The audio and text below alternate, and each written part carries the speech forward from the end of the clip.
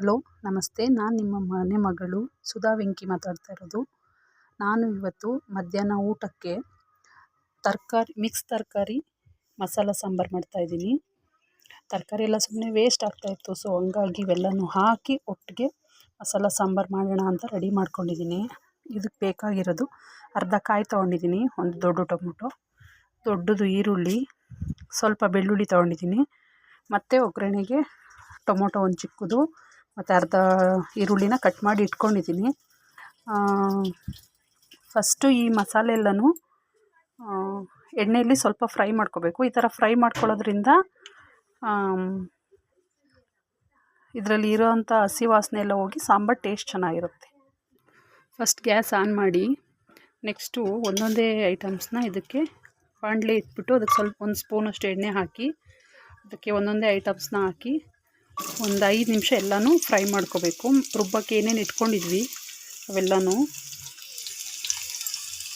ನಾನು ಈ ಮಸಾಲೆನ 2ರಿಂದ 3 ನಿಮಿಷ ಚೆನ್ನಾಗಿ ಎಣ್ಣೆಯಲ್ಲಿ ಫ್ರೈ ಮಾಡ್ಕೊಂಡಿದ್ದೀನಿ. ಈ ಮಸಾಲೆಗೆ ನಾನು ಸಾಂಬಾರು ಪೌಡ್ರನ್ನ ಆ್ಯಡ್ ಮಾಡ್ತೀನಿ. ಸಾಂಬಾರು ಪೌಡ್ರ್ ನಾನು 2 ಸ್ಪೂನ್ ಹಾಕ್ತಾಯಿದ್ದೀನಿ. ನಾನು ಸಾಂಬಾರು ಪೌಡ್ರಲ್ಲೇ ಧನಿಯಾ ಎಲ್ಲ ಮಿಕ್ಸ್ ಮಾಡಿ ಮಾಡಿಸಿರೋದ್ರಿಂದ ಎಕ್ಸ್ಟ್ರಾ ಧನಿಯಾ ಪೌಡ್ರೇನೂ ಹಾಕಲ್ಲ. ಜೊತೆಗೆ ನನಗೆ ಸ್ವಲ್ಪ ಖಾರ ಬೇಕು ಅಂತ ಎಕ್ಸ್ಟ್ರಾ ಚಿಲ್ಲಿ ಪೌಡ್ರನ್ನ ಹಾಕ್ಕೊತಾ ಇದ್ದೀನಿ. ನಿಮಗೆ ಖಾರ ಬೇಕು ಅಂದರೆ ಹಾಕ್ಕೊಳ್ಳಿ, ಇಲ್ಲಾಂದರೆ ಸ್ಕಿಪ್ ಮಾಡ್ಕೊಳ್ಳಿ. ಆದಮೇಲೆ ಈರುಳ್ಳಿನ ಹಾಕಬೇಕು. ಹಾಕ್ಬಿಟ್ಟು ಒಂದು 2ರಿಂದ 3 ನಿಮಿಷ ಫ್ರೈ ಮಾಡಬೇಕು. ಸ್ವಲ್ಪ ಹಸಿ ವಾಸನೆ ಹೋಗೋವರೆಗೂ. ನೆಕ್ಸ್ಟು ಇದಕ್ಕೆ ಟೊಮೊಟೊ ಹಾಕಿ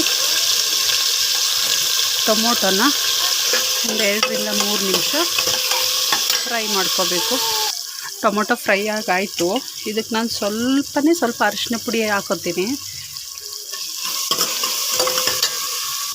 ನೆಕ್ಸ್ಟು ಫ್ರೈ ಆದಮೇಲೆ ನಾನು ಏನು ಕಟ್ ಮಾಡಿ ಇಟ್ಕೊಂಡಿದ್ದೀನಿ ತರಕಾರಿಗಳು ಎಲ್ಲ ಮಿಕ್ಸ್ ತರಕಾರಿ ಇದೆಲ್ಲನೂ ಅದರೊಳಗೆ ಹಾಕ್ತಾ ಹೋಗ್ತೀನಿ.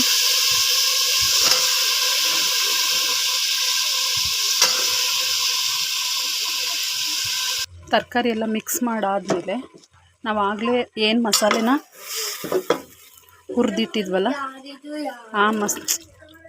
ಆ ಮಸಾಲೆನ ಇದಕ್ಕೆ ತರಕಾರಿ ಜೊತೆಗೆ ಮಿಕ್ಸ್ ಮಾಡಬೇಕು.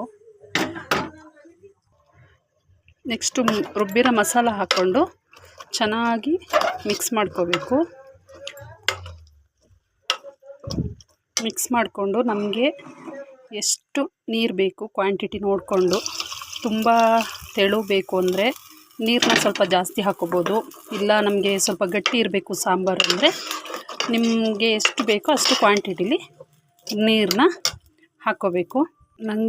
ನಮಗೆ ಸಾಂಬಾರು ಸ್ವಲ್ಪ ತೆಳು ಇರಬೇಕು. ಸೊ ಹಾಗಾಗಿ ನಾನು ಸ್ವಲ್ಪ ಜಾಸ್ತಿ ನೀರನ್ನ ಹಾಕಿದ್ದೀನಿ.